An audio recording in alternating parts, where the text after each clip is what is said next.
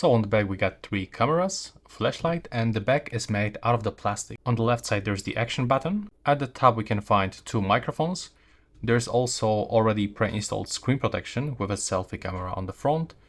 At the bottom we can find speaker, USB-C port, another microphone, and SIM card slot. On the right side, volume buttons and the power button. Let's turn it on and let's check the SIM slot. There's option to input 2 SIM cards. There's no memory card slot. The blue color looks really beautiful. And now when you turn it on, we can find the setup screen. If you are interested in some of the best tips and tricks for this device, take a look on my channel because I'm gonna record another video.